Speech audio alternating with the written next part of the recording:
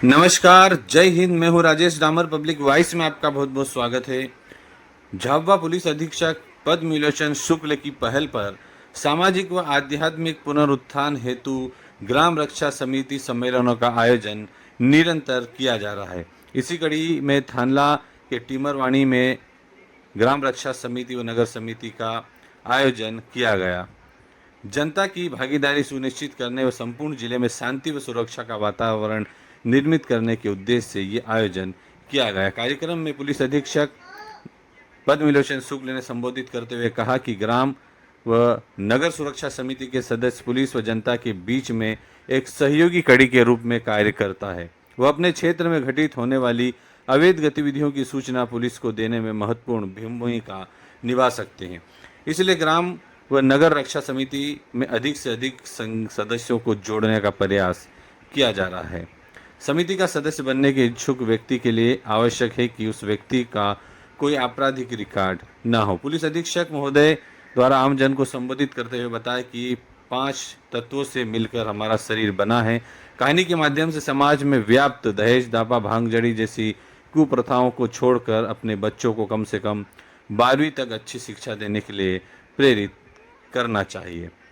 साथ ही कार्यक्रम में शादी, दारू, डीजे व दहेज, दापा अत्याधिक तूफान गाड़ियां नहीं ले जाने की शपथ भी दिलाई। इस अवसर पर अतिरिक्त पुलिस अधीक्षक प्रेमलाल कुर्वे, एसडीएम तरुण जैन, एसडीओपी रविंद्र राठी सहित एडिशनल एसपी, डीएसपी व पुलिस विभाग, मीडिया, जनप्रतिनिधि सहित तड़वी पटेल बड़ी संख्या में मौजूद थे। नाटकीय रूपांतर करके भी उपस्थित जन समुदाय को सीख दी गई ताकि भविष्य में इस तरह की कोई घटना ना हो, जिससे ग्रामीण क्षेत्रों में हो रहे नुकसान व देखरेख की प्रथा बंद हो सके। देखिए इस विशेष खबर को हमारे साथ।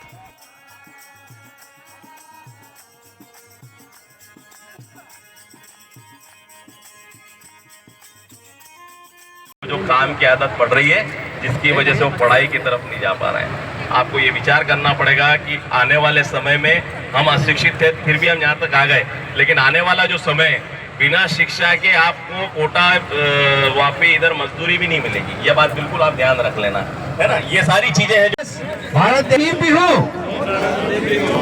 दहेज नीली हूँ, भांजगड़ी नीकर हूँ, सोरा सोरी ने भड़ा हूँ, विवाह में जान जाए त्यारे डीजे ने तूफान नीली जाऊँ। बोलो, हूँ जान में डीजे तूफान नीली जाऊँ। कहीं नो आवे तो आवे, नहीं आवे तो नहीं आवे। है ठीक से साहब ने हाथ उभो कर इनको हमू करिए इनो पालन। ठीक से बोलो भारत माता की। 21 साल तक लड़के की शादी नहीं करते। आपको मालूम है इसमें एफआईआर होती है, सभी आते हो एफआईआर कराते हो। एफआईआर अब क्यों कराते हैं कि भांजगड़ी बढ़ जाएगी, है ना। यही हो रहा है झाबुआ में, यही हो रहा है कि एफआईआर अब इसलिए थाने में रिपोर्ट इसलिए कराने आते हैं कि 18 साल से पहले लड़की भाग गई, हमें कोई चिंता नहीं लड़की की, पर हमें पैसा मिल जाएगा। तो हमारा बच्चा तो हमारा ही अंश है ना, किसी और का अंश है ना। हम नहीं रहेंगे, हमारे बच्चे से हमारा नाम चलता है, हमारी बच्ची से हमारा नाम चलेगा। हर व्यक्ति को एक दिन मरना है, मालूम है कि नहीं। हर व्यक्ति जो पैदा हुआ है वो मरेगा जरूर, पर हमारा वंश जो चलता है, हमारा परिवार जो चलता है, हमारे बच्चों से चलता है। इसके बाद दूसरी बात आती, जब 18 साल या 21 साल का हो गया, मान लेते हैं आपने पहले शादी नहीं की, कुछ लोग ऐसे भी हैं जो बहुत अच्छा काम कर रहे हैं, फिर हम क्या करते हैं, उनकी जब शादी करते हैं, शादी में क्या बहुत आता है, सबसे अधिक क्या चीज आती है, दारू। खूब दारू पीते हैं, अनाप शनाप। तो दारू से क्या होता है, दारू के क्या फायदे हैं, कोई फायदा है? कोई वो खड़े होकर बताते कोई फायदा हो तो? पीछे वाले लड़के जो नशा कर रहे हैं, मजा आ रहा होगा नए लड़कों को। दारू पीने से 2 चीजें खराब होती है, एक तो हमारा शरीर और दूसरा पैसा, धन। कोई फ्री में देता है दारू? नहीं देता। आप 20,000 50,000 की दारू खरीद लाते हो और सिफारिश कराते हो तड़वी से, सरपंच साहब से, किसी टीआई साहब को बोलो कि अरे साहब हमारे यहाँ शादी है तो इतनी दारू दिला दो। यही होता है ना, सरपंच साहब फिर बात करते हैं, दारू दिलाते हैं। पैसा 50-60 हजार 1 लाख जिसकी जैसा कोशिश है वो दारू खरीदता है और सब पानी में बह जाता है। पानी में बह रहा है ना पैसा, तो इससे अच्छा है पैसा लो और आग लगा दो। यही कर रहे हैं ना, आप आग लगा रहे कि नहीं लगा रहे? आग लगा रहे हैं उस पैसे की, 50,000 1 लाख जो भी है। तो आपका शरीर में तो कुछ नहीं लग रहा कि कोई बादाम खा रहा है, कोई अच्छी चीज खा रहे हो, कोई फल खा रहे हो, तो आपका पैसा पानी में बह रहा है दारू का। और दारू का और भी नुकसान है, जो आप दारू लाते हो केन वाली, आजकल बियर वाली पीते हैं ना, बियर वो स्टोर में रखी रहती है।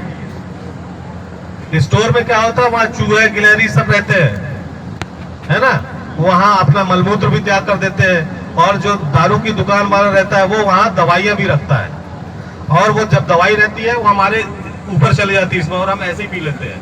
तो वो जो उसकी जहर है वो सब आपके शरीर में जा रहा है। तो आप देखो कुछ लोग ऐसे हैं जो 25 साल के होंगे पर 50 साल के लग रहे होंगे, होंगे कुछ लोग ऐसे। दूसरा क्या नुकसान, अभी गरबे चल रहे हैं, हम रात 1:30-2 बजे तक घूमते रहते हैं, वो मोटरसाइकिल चलाते से लहरा लहरा के चला रहे हैं, है ना। कोई सामने वाले गाय से भी भिड़ गए, फिर हम क्या करते हैं, उनकी सिर में चोट लग गई, हेलमेट तो पहनना नहीं है। हेलमेट को तो सरकार ने मना किया है ना नहीं पहनने को, कि बोला है। सबसे घातक चोट जो होती है वो हेलमेट की होती है, सिर में सिर की चोट होती है। अगर आपके सिर में एक छोटा सा पत्थर भी लग गया तो आपको कोई नहीं बचा पाए। तो हम 2 लाख की गाड़ी दे रहे हैं, किसी को पल्सर दे रहे हैं, किसी को कौन सी अपाचे आ गई आजकल, नई नई गाड़ी लड़के लेके झाबुआ आ रहे हैं, 2 लाख की गाड़ी। पिताजी फटी धोती पहने हुए है, बच्चा 2 लाख की गाड़ी में घूम रहा है, और फिर दारू पी के, आपको ही पैसे की दारू पी के वो एक्सीडेंट कर जाता है और मर जाता है। फिर हम क्या करते हैं, फिर भांजगड़ी करते हैं। यही चक्कर चल रहा है ना, यही चक्कर चल रहा है, दारू फिर मोटरसाइकिल फिर भांजगड़ी। इसका सबसे अच्छा उपाय यही है कि आप दारू मत करो, और कहीं दुर्घटना में निर्दोष आदमी की डेथ भी हो जाती है तो जैसा अभी एडिशन साहब ने बताया, FIR होने के बाद सरकार आपको 4 लाख रुपए देती है अज्ञात में भी। तो भांजगड़ी नहीं करो। फिर इसके बाद और क्या है आपने बताइए। एक दूसरी चीज आती है सूदखोरी। तो हमारे हमने देखा है, हमारे पूरे झाबुआ में 350 लोग सूदखोरी कर रहे हैं, जिसकी आप लोग शिकायत नहीं करते हो। ये करता है कोई शिकायत? कोई नहीं कर रहा। भले आपको 10% में मिल रहा है, 20% में मिल रहा है, और हर त्योहार में डबल हो रहा है।